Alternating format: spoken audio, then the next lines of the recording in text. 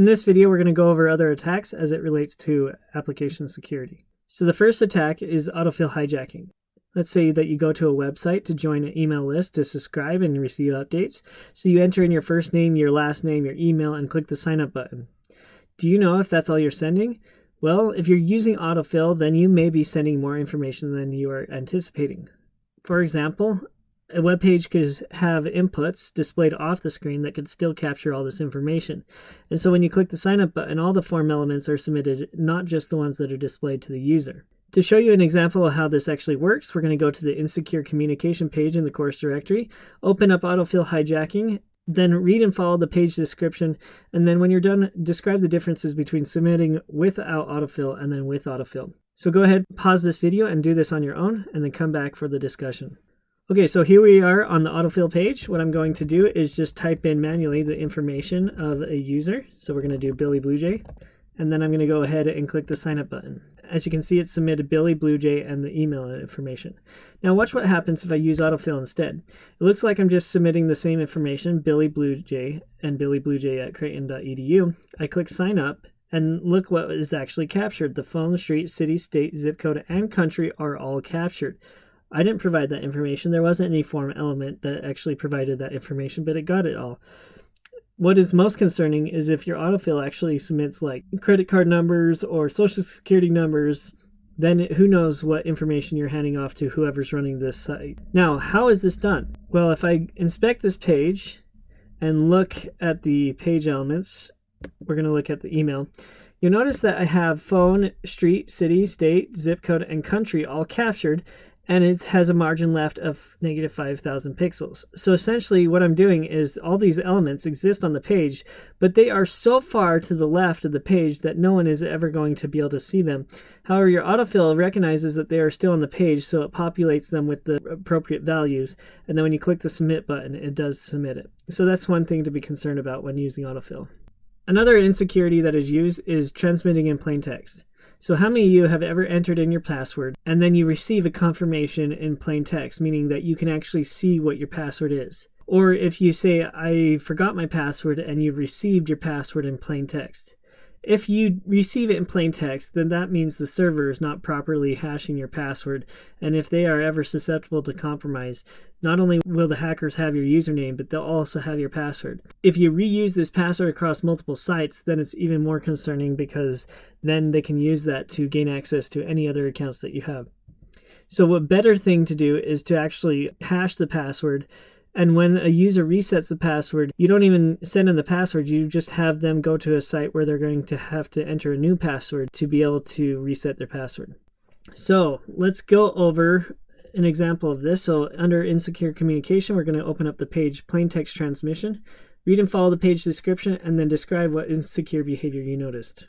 So pause the video, try this on your own, and then come back for the discussion. So here I am on this page. So what I'm going to do is say I forgot my password, so I'll go ahead and enter in the reset button. And what this is going to do is it's going to say that it sent a plain text message to my email. So I'll go to my email, and you will notice that here in my email it sends my password in plain text. Obviously this isn't my password, but it's just to give you an idea of what this would look like. So to complete this exercise, I just copy that password, paste it here, and then it would say that I successfully provided the plain text password. Other issues with application security is website defacement. So this has happened many times in the past. Whether you're a politician or whether you're a government agency, it has happened to all types. The CIA, for example, had their website defaced when they took down Mega Upload. Anonymous group didn't like that, and so they actually defaced the website, saying you've been hacked, and so anyone who visited the CIA website saw these messages. Another issue with application security is search engine poisoning. In order to get a better page rank, people manipulate certain parameters to be able to get their page higher in those search results. So one thing that some people may do is they do link farming. So they create a bunch of websites and then they link all these websites together. So because websites are linking to each other, the algorithm for PageRank actually determines how many pages reference your page to determine your PageRank. So based on this link farming, it's going to make the PageRank higher. So let's say that website A in this case is a malicious website, and they've been able to put all their malicious links on all these other websites. It becomes a higher search result, and then if someone clicks on that, it's going to potentially infect their device. A lot of what you'll see this occur in is high-risk material searches such as pornography and pirated software, so I just strongly encourage you to stay away from those two areas.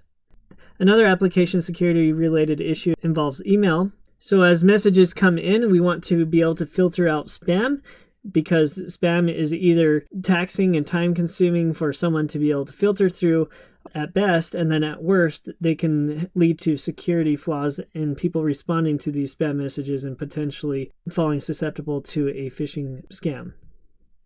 We need to be careful with malicious content, so we need to be able to filter out content that comes into our organization, such as viruses, worms, anything that is attached. We'll want to scan that and check for malicious content. Despite all the messages that are coming in, we want to still be able to capture the legitimate messages. So we have a server filter that is going to take and scan all these messages as they come in and only accept the good messages.